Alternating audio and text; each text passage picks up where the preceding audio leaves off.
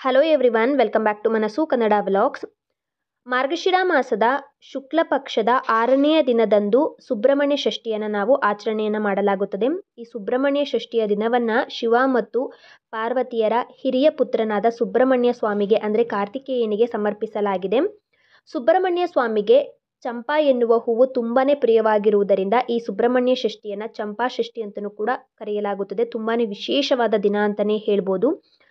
ಸರ್ಪದೋಷ ಇರುವವರು, ಹಾಗೆಯೇ ಸಂತಾನ ಭಾಗ್ಯಕ್ಕಾಗಿ, ಜೊತೆಗೆ ಮಕ್ಕಳಿಗೆ ಆರೋಗ್ಯದ ಸಮಸ್ಯೆ ಇದ್ದರೆ, ಅಂದರೆ ಮಕ್ಕಳಿಗೆ ಕಿವಿ ಸೋರುತ್ತಾ ಇದೆ ಅಂತ ಹೇಳ್ತಾರೆ ಚಿಕ್ಕ ಮಕ್ಕಳಿಗೆ, ಅಂತಹ ಸಮಸ್ಯೆಗಳು ಇದ್ದರೆ ಸುಬ್ರಹ್ಮಣ್ಯ ಷಷ್ಠಿಯ ದಿನದಂದು ಸುಬ್ರಹ್ಮಣ್ಯ ಷಷ್ಠಿ ಪೂಜೆಯನ್ನು ಮಾಡುವುದರಿಂದ ಎಲ್ಲ ಸಮಸ್ಯೆಗಳು ಕೂಡ ನಿವಾರಣೆಯಾಗುತ್ತವೆ.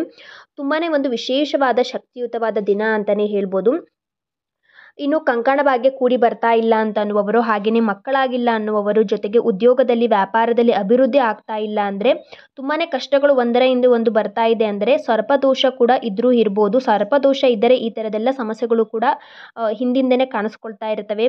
ಕಂಕಣ ಭಾಗ್ಯ ಕೂಡಿ ಬರ್ತಾ ಇರೋದಿಲ್ಲ, ಮಕ್ಕಳಾಗ್ತಾ ಇರೋದಿಲ್ಲ, ಏನೇ ಮಾಡಿದ್ರೂ ಕೂಡ ಏಳಿಗೆ ಅನ್ನೋದು ಆಗ್ತಾ ಇರಲ್ಲ. ಇದಕ್ಕೆಲ್ಲ ಸರ್ಪದೋಷನೂ ಕೂಡ ಕಾರಣ ಆಗಿರುತ್ತೆ. ಹಾಗಾಗಿ ಸುಬ್ರಹ್ಮಣ್ಯ ಷಷ್ಠಿಯ ದಿನದಂದು ನಿಮ್ಮ ಮನೆಯ ಸುತ್ತಮುತ್ತ ಇಲ್ಲಿ ಇರುವ ಯಾವುದಾದ್ರೂ ಒಂದು ಸುಬ್ರಹ್ಮಣ್ಯ ಸ್ವಾಮಿಯ ದೇವಸ್ಥಾನಕ್ಕೆ ಹೋಗಿ ಅಲ್ಲಿ ಆಶ್ಲೇಷ ಬಲಿ ಪೂಜೆಯನ್ನು ಮಾಡಿಸಿದರೆ ಸಮಸ್ಯೆಗಳು ಕೂಡ ನಿವಾರಣೆಯಾಗುತ್ತವೆ. ಇನ್ನು ಸುಬ್ರಹ್ಮಣ್ಯ ಷಷ್ಠಿಯ ದಿನದಂದು ಉಪವಾಸವಿದ್ದು ಅಶ್ವತ್ಥ ಕಟ್ಟೆಯ ಹತ್ತಿರ ಇರುವ ನಾಗರಕಲ್ಲು ಅಂತ ಏನು ಅಂತ ಕರಿತೀವಿ, ಆ ಸರ್ಪದ ವಿಗ್ರಹಕ್ಕೆ ಹಾಲನ್ನು ಎರೆದು ಅಭಿಷೇಕವನ್ನು ಮಾಡಿ ನೈವೇದ್ಯವನ್ನು ಇಟ್ಟು ಪೂಜೆಯನ್ನು ಮಾಡಿ ಬರಬೇಕು.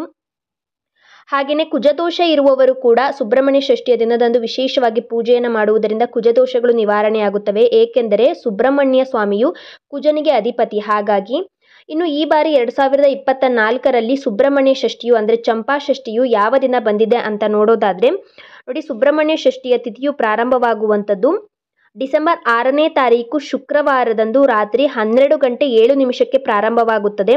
ಹಾಗೆಯೇ ಮುಕ್ತಾಯವಾಗುವಂಥದ್ದು ಡಿಸೆಂಬರ್ 7ನೇ ತಾರೀಕು ಶನಿವಾರದಂದು ರಾತ್ರಿ 11:05 ಮುಕ್ತಾಯವಾಗುತ್ತದೆ. ಹಾಗಾಗಿ ಸೂರ್ಯ ಉದಯದ ತಿಥಿಯನ್ನು ನಾವು ಗಣನೆಗೆ ತೆಗೆದುಕೊಂಡರೆ ಡಿಸೆಂಬರ್ 7ನೇ ತಾರೀಕು ಶನಿವಾರದಂದು ನಾವು ಈ ಬಾರಿ ಸುಬ್ರಹ್ಮಣ್ಯ ಷಷ್ಠಿ ಅಥವಾ ಚಂಪಾ ಷಷ್ಠಿಯನ್ನು ಆಚರಣೆ ಮಾಡಬೇಕಾಗಿರೋದು. ಇನ್ನು ಈ ಸುಬ್ರಹ್ಮಣ್ಯ ಷಷ್ಠಿ ಪೂಜೆಯ ವಿಧಾನದ ಬಗ್ಗೆ ಇನ್ನು ಹಲವಾರು ವಿಷಯಗಳ ಬಗ್ಗೆ ನಾನು ಮುಂದಿನ ವಿಡಿಯೋಸಲ್ಲಿ ನಾನು ತಿಳಿಸ್ಕೊಡ್ತಾ ಹೋಗ್ತೀನಿ. ಈ ನನ್ನ ವಿಡಿಯೋ ನಿಮಗೆಲ್ಲರಿಗೂ ಇಷ್ಟ ಆಗಿದೆ ಅಂತ ಅನಿಸಿದ್ರೆ please like, comment and subscribe ಮಾಡಿ. ಧನ್ಯವಾದಗಳು.